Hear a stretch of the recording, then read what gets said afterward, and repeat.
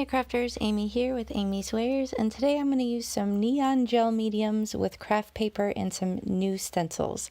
This is the In and Out Dots. This is one of the August release at a Colorful Life Designs. I have this neon polish from Creative Expressions, and here's a photo of the cards that I'm going to make for you today to show you the direction that we're headed.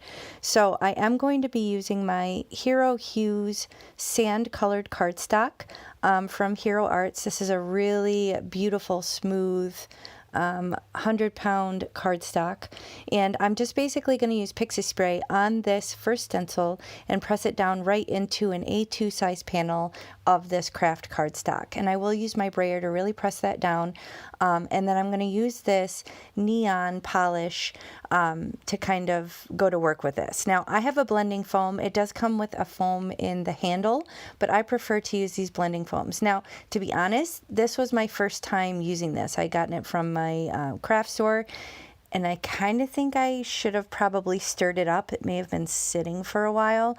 I don't know if this particular neon line is available, but I do use Creative Expressions and their gilding polishes all the time. And I will say that this is very different. It's a different consistency.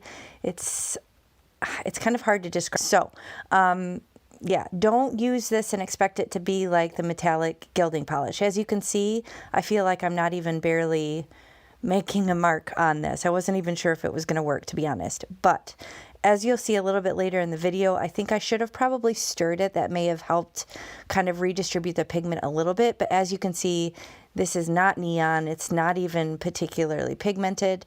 Do I like the way it looks? Yes, even though it's not at all what I expected. I kind of like that it pulled up on the edges and kind of put those cool lines, but you guys are watching this in real time and seeing what I get. So I made sure to clean up my work surface and got that in the sink and cleaned that off right away. And I'm going to do the same thing with this curtain call. This is another stencil from the August release. So if you check out this release, be sure to use my coupon AmyFan10 if you shop, and you'll save 10% on your complete order. So same thing, pixie spray, pushing it down with the brayer, same cardstock, and I have this green color. Now this one was way stickier right off the bat. So I kind of stirred this one up and got a very different feel to it right off the bat. So it was a lot thicker. It kind of went down smoother, but it was stickier. So again, I don't know if I had a couple of old bottles or something. It's entirely possible.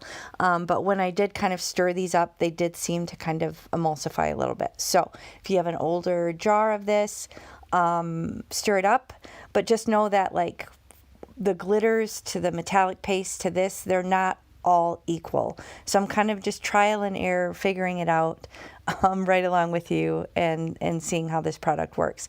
Now this one obviously was a lot more pigmented, a lot more closer to neon, but just the fact that I'm doing it on a craft, it's a lot, it's more muted. I think it would have been brighter had I done it on white, but I wanted to use that pretty craft cardstock. So again, I have another designated little blending foam there, and I'm just putting it down. You can see even just by the way I'm touching it, it's very sticky.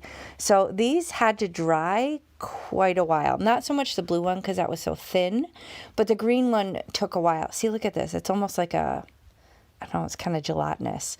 But I bet it would go down after the second application. So I probably should have done this to start. And I did come back and seal it with my press and seal, which is what you want to do with any sort of gel medium like this. But I want to give these a go. A lot of you guys asked me to kind of go out of my comfort zone and deal more with, mixed media sort of products and things like that. So I decided to bust these out and give them a go for you guys because you wanted to see some other things get put through stencils than just ink. So here I'm just showing you I have this press and seal. I'm just going to put this down and really seal it along the edge of the bottle just to kind of keep this from drying out. But again, as I was saying, just know that they're not all the same, and this took longer to dry. So the gilding polish, the metallic polish that I often use, will dry. It'll almost be dry by the time I'm done cleaning off the stencil and cleaning off my work surface. This green, I left it for quite a while because it was sticky. And then even at the end, so you can see it was still very wet at that point.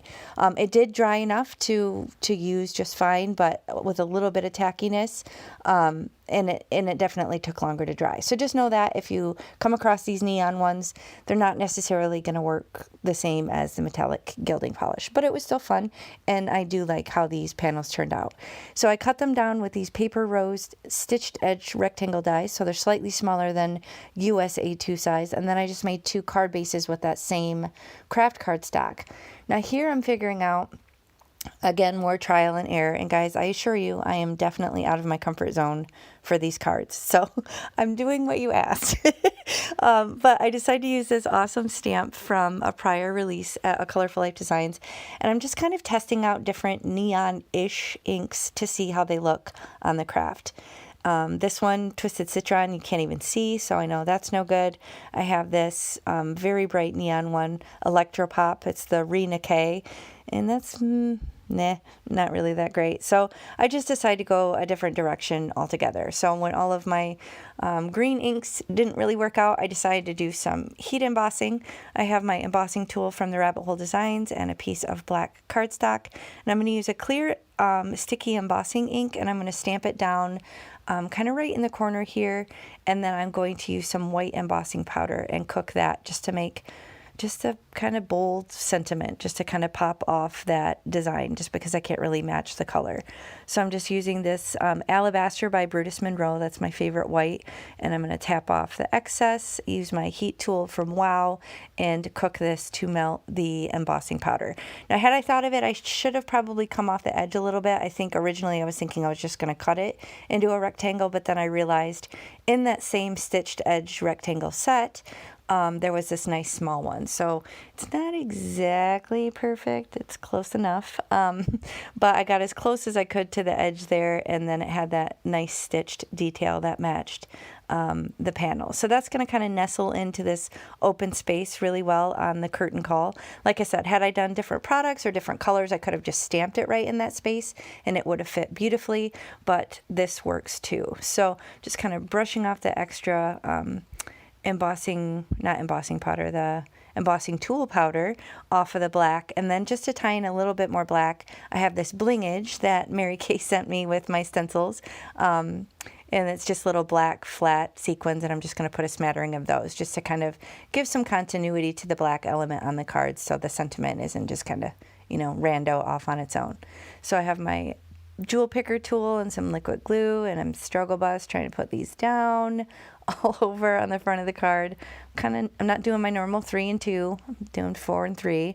Now here I'm doing the same kind of thing. I want to use one of these stamps, and I have Uncharted Mariner, and I'm pretty sure that one's going to work well with the color that I was able to achieve with this this neon gel. So just using a stamp block here, and I'm going to use that same craft and stamp this right down. But then I decide to zhuzh it up a little bit and just coat it real quick with some clear embossing ink. This is Icicle from Brutus Monroe. And I decided to just give it a little bit of shine, a little bit of interest. So I'm just going to coat that real quick. I didn't think to use my embossing tool because I wasn't really planning on doing this, but I thought since I had all this stuff out, why not? And I'm just going to cook this, and it gives it a nice kind of sheen element. So this is something fun. If you don't have a bunch of custom embossing colors, you don't really need it. If you have Distress Oxides or a pigment ink, they will stay wet long enough that you can coat them with an embossing powder. So just have some clear, have some white, and then, maybe gold, silver, whatever. Those are usually the ones I use the most. But with clear, you can use it with an ink that will stay wet long enough, and you can create any sort of custom embossing color you want. But here's the 2 finished cards. Finally, they came together. It was a bit of a labor of love. I added some bling to the You Are All Kinds of Amazing card, and that's going to finish it. So I hope you enjoyed this. If you did, please hit the thumbs up and consider subscribing, and I'll check you next time. Bye.